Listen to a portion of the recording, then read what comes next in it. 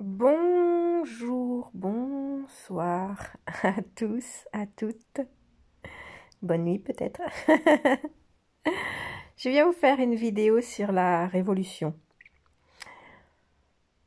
Pas du tout la révolution où tout le monde est dans la rue en colère et où on coupe la tête à tous ceux qui sont pas d'accord avec nous. C'est pas la révolution qui va bouleverser les pouvoirs en place. C'est pas un putsch. Pas du tout. Je vais vous parler de révolution intérieure. Désolée pour les agités. Je m'adresse aux éveillés et aux personnes qui accompagnent les personnes qui sont en train de s'éveiller. Voilà. Les agités ne sont pas encore éveillés. Donc ils sont encore dans l'agitation et ils sont encore dans agir sur l'extérieur parce qu'ils n'ont pas encore agi sur leur intérieur. Une personne éveillée ne s'occupe plus de vouloir faire changer les autres. Elle a compris que s'occuper de soi, c'est déjà pas mal et qu'on a beaucoup à faire sur soi et que vouloir changer les autres, c'est d'une présomption, c'est très présomptueux en fait, de prétendre faire changer les autres ou leur donner des conseils pour les guider, etc., etc. En fait, on s'occupe de soi. Et puis après, si on sert d'exemple, tant mieux. Si on peut éclairer les autres. En fait, une personne qui va écouter ma vidéo pour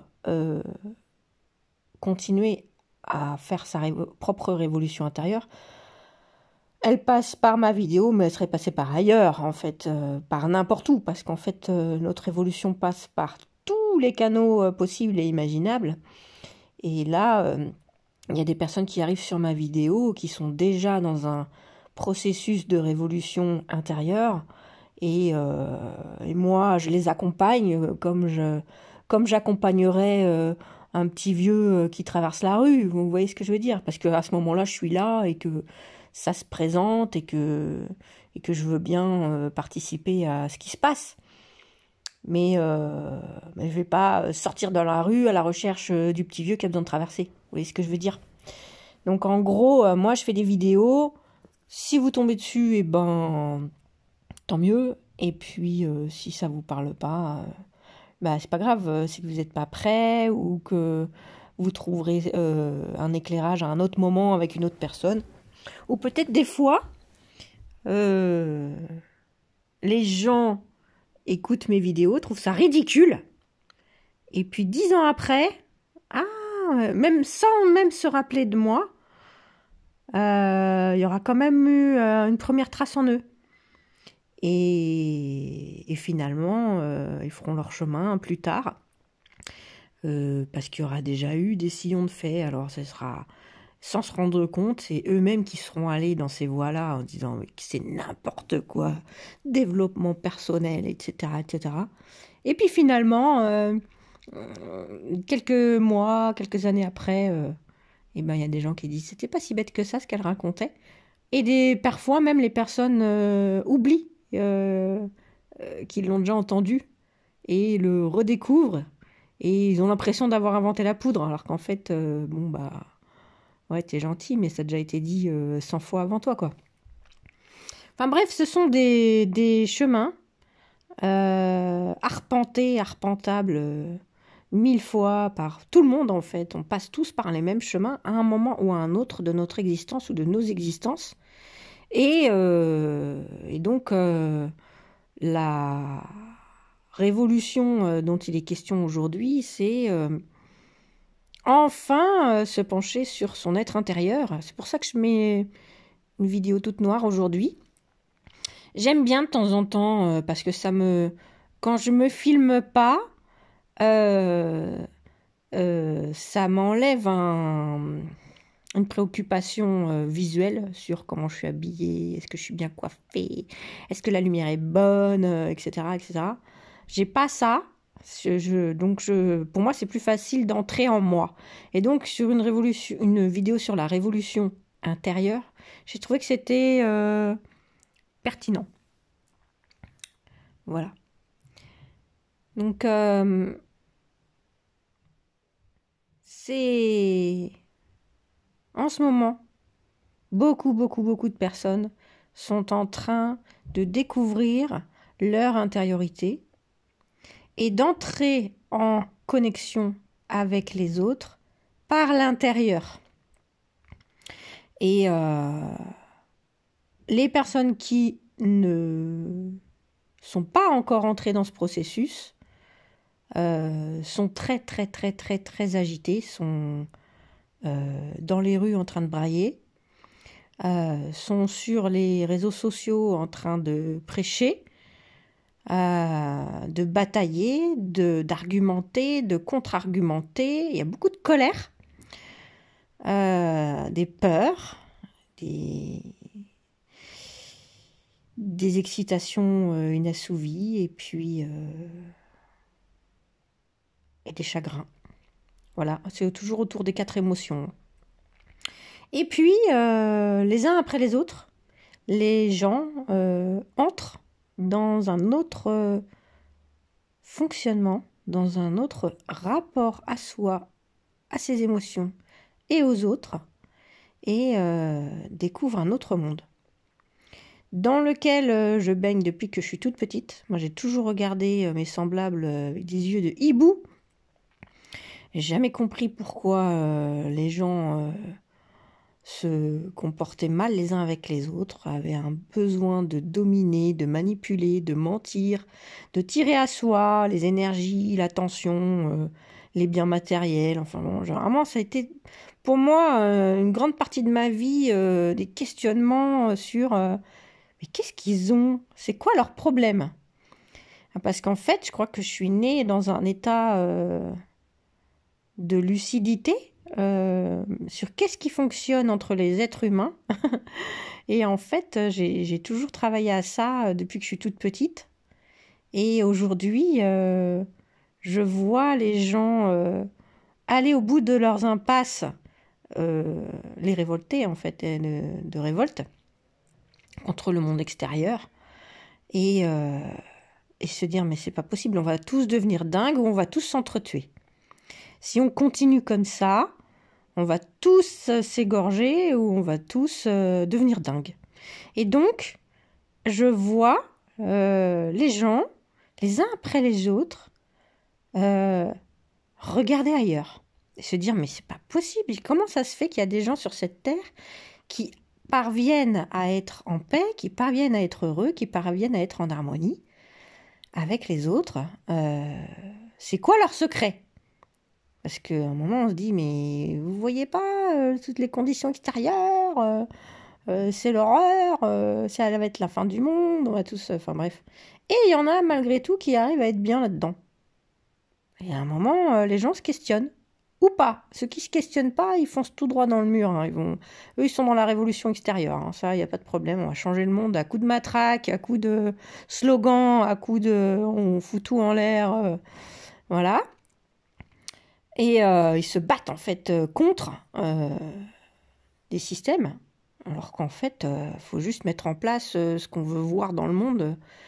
Et il n'y a que comme ça qu'on le verra de notre vivant, quoi. Donc moi, je vois de l'extérieur parce que j'accompagne en fait ce mouvement en profondeur. C'est pour ça que je travaille dans les catacombes essentiellement. C'est parce que si ça marche là, ça marche partout, quoi. Parce que les énergies sont très denses, très lourdes. Il y a beaucoup de base astrale dans les fonctionnements, beaucoup d'ego. Et donc, je travaille. C'est un travail très minutieux. C'est pour ça que j'y vais pas souvent. J'apporte de la lumière dans ce lieu-là et je crée du lien, c'est très ténu. Et puis on tisse, on est plusieurs, hein, je ne suis pas toute seule à le faire. Des liens d'amour et des liens de lumière pour que le système continue à exister parce qu'il est chouette, le système cataphile, il est chouette. Système qui qui fonctionne sans hiérarchie, qui fonctionne dans la coopération, dans l'échange, dans le dialogue. C'est vraiment un système harmonieux. Ça pourrait se passer tellement plus mal. Et ça se passe relativement pas mal, quoi, je trouve. Enfin, voilà, donc moi, je suis fascinée par ce fonctionnement souterrain parisien, parce que c'est un système autogéré, il n'y a pas d'autorité particulière, et ça marche. Ça tient debout, ça fait des décennies que ça existe, et le système cataphile est là. Et donc, donc moi j'observe à petite échelle, mais en fait, ce qui se passe dans le monde en général, c'est la même chose, mais à plus grande échelle. Mais en fait, on dit toujours que quand on a du mal à comprendre un système complexe, il faut en observer une partie, et puis après, par répercussion, on comprend la complexité. Donc c'est ce que je fais. En fait, moi j'observe à petite échelle des choses qui existent à grande échelle. Voilà. Donc, le mouvement que je vois dans notre société aujourd'hui, c'est un mouvement d'éveil personnel. C'est vraiment chaque personne s'éveille ou pas, mais il y a un éveil global, c'est certain, à d'autres systèmes que des systèmes hiérarchisés et des systèmes oppressifs, avec un système de domination, dominant-dominé en fait, des systèmes de pyramidaux. Et en fait, les gens entrent les uns après les autres dans des systèmes circulaires. C'est la table ronde, c'est le mandala, c'est l'écoute, c'est l'harmonie, c'est l'égalité. Et ces systèmes fonctionnent. Partout où ils sont mis en place, ils fonctionnent. Je peux vous prendre l'exemple de Auroville en Inde, qui est une ville... par exemple, ils ont une cantine qui fonctionne tous les jours ils servent des milliers de repas, hein, tous les jours, où tout est mis en commun et où les magasins où les gens ne payent pas. Ils prennent ce dont ils ont besoin, par exemple. Voilà, donc ces systèmes-là existent partout de par le monde. C'est apparu dans les familles, c'est des systèmes communautaires en fait. Ils existent dans les squats, ils existent maintenant, il y a des cités entières qui fonctionnent comme ça. Et donc ces systèmes existent et ces systèmes fonctionnent. Voilà. Et donc la révolution dont je vous parle aujourd'hui, c'est une révolution intérieure parce qu'il ne peut en être autrement. Si on est encore dans la révolution extérieure, on est dans la violence. Quoi qu'il arrive. Une révolution externe, c'est une révolution violente. On bouscule, on met à bas, on gueule, on hurle, on tabasse et on veut changer les choses brutalement et violemment. Donc ça, je pense qu'on l'a testé et retesté des centaines de fois sur Terre depuis longtemps et que là, les gens, ils ont envie de passer à autre chose, de plus doux, de plus pacifié, de plus efficace surtout. Parce que des systèmes efficaces, ils existent, il y en a. Voilà. Donc la seule révolution qui va être valable dans les années à venir, c'est la révolution intérieure. Alors, il y a un paquet de marchands ou de gens très intéressés qui se jettent sur ce créneau financier pour proposer des choses qui se vendent, des bouquins, des formations, des stages, des conférences, tout ce que vous voulez autour de la révolution intérieure, le développement personnel, etc. etc. Mais il faut savoir que le gros du travail, il est fait par chaque personne et que ça peut être fait de façon absolument gratuite. Il n'y a pas besoin de débourser des sommes astronomiques pour évoluer et pour changer de regard, de façon d'être, de façon de faire. de façon de penser. Donc en fait, moi je vous propose, c'est toujours la même chose. Ça fait des années que je parle de la même chose en fait. Je vous propose de ne garder qu'une seule question par jour. Toujours la même. Du matin au soir, de vous poser cette seule et unique question. C'est la seule qui soit valable pour votre évolution. Les autres questions vont vous éloigner de ça. Donc la seule question à vous poser, c'est de quoi ai-je besoin maintenant? C'est simple. Alors, sous-entendu, pour être bien, ou si vous n'êtes pas bien, pour être mieux. Si je suis bien, eh ben, je continue à l'être. Et si je suis pas bien, eh ben, je change des choses pour être mieux. Et de mieux en mieux, on finit par être bien. Voilà. Mais avant d'être bien, il faut être mieux. Et pour être mieux, il faut déjà avoir conscience de son état actuel. Et donc, la seule question qu'on peut se poser, c'est une question qui nous ramène au temps présent. C'est pour ça que je termine par maintenant. De quoi ai-je besoin maintenant? Entre parenthèses, pour être bien ou pour être mieux. C'est tout. Et restez bien centré sur vos besoins à vous. Vous ne changerez rien chez les autres si vous n'êtes pas en bon état. Vous n'aiderez personne si vous n'êtes pas en forme. Donc oubliez les besoins des autres. Vous allez être harcelé de demandes des uns et des autres. Parce qu'en fait, quand on vit une période comme ça un peu agitée, les besoins sont tellement grands que on vient toquer à votre porte, hein, d'une manière ou d'une autre. Ça peut être au téléphone, ça peut être par mail, ça peut être sous différentes formes. Hein. Vraiment, les, les gens qui vont vous pomper votre énergie, vous pouvez en rencontrer toute votre vie. Hein. Si vous avez envie de vous vider complètement de votre énergie, c'est facile. Hein. Du monde pour qui a besoin, il y en a, il y en a, il y en a, il y en a. Donc là, moi, je vous parle d'un recentrage sur vos besoins à vous pour être en paix. Et puis après, quand vous serez bien, enfin, ceux qui sont déjà bien le savent, on attire à soi des gens différents, d'autres énergies, d'autres niveaux de compréhension du monde. En fait, c'est une forme d'abandon. On abandonne de vieilles habitudes, on abandonne de vieilles relations aussi, qui ne fonctionnent plus ou qui ne nourrissent plus. Ça peut aller très loin. C'est-à-dire que on peut même s'éloigner de sa famille. Parce que des fois, les relations nous font souffrir. Et c'est à nous d'en décider, nous et nous seuls. C'est entre nous et nous, entre vous et vous. Donc si votre besoin c'est de prendre de la distance avec certaines personnes, faites-le sans scrupule. Voilà.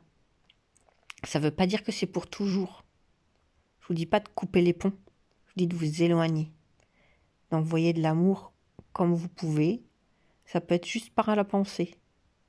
En tout cas, le but c'est d'être en paix dans son cœur. Voilà. Et je ne crois pas du tout à une révolution externe. Pas du tout. Pour moi, c'est changer un système par un autre. Mais c'est toujours les mêmes. C'est des systèmes pyramidaux. Donc, comme on dit, ça commence à bien faire. Voilà. Et puis, il y aura peut-être des révolutions externes. Hein. Mais bon, nous, il faudra nous positionner là-dedans. En paix. Parce que on est l'ancrage. Et il y a besoin de personnes en paix. Pour que les autres fassent leur délire, leur changement externe, il faut qu'il y ait des gens en paix. C'est l'ancrage en fait. Voilà. Bien. Donc, il y aura peut-être une révolution externe. Peut-être. Mais c'est absolument pas sûr. Il y a beaucoup, beaucoup, beaucoup de révolutions internes. Beaucoup, beaucoup, beaucoup. Et j'aimerais terminer en vous parlant de la forêt. On dit que un arbre qui tombe fait beaucoup de bruit et qu'une forêt qui pousse, on l'entend pas. En fait, toutes ces graines qui germent dans la terre, on l'entend pas, ça fait pas de bruit. Mais c'est moins impressionnant qu'un arbre qui tombe et qui fait beaucoup de bruit. Un côté catastrophiste. Mais je peux vous assurer qu'une forêt qui pousse, c'est beaucoup plus puissant. Donc moi, je vous propose de travailler dans la forêt qui pousse. Tranquillement, au calme, discrètement, sans faire de vagues. Mais c'est tellement plus puissant, tellement plus fort. Voilà. Je vous remercie beaucoup pour votre écoute. Je vous embrasse bien fort et je vous dis à bientôt.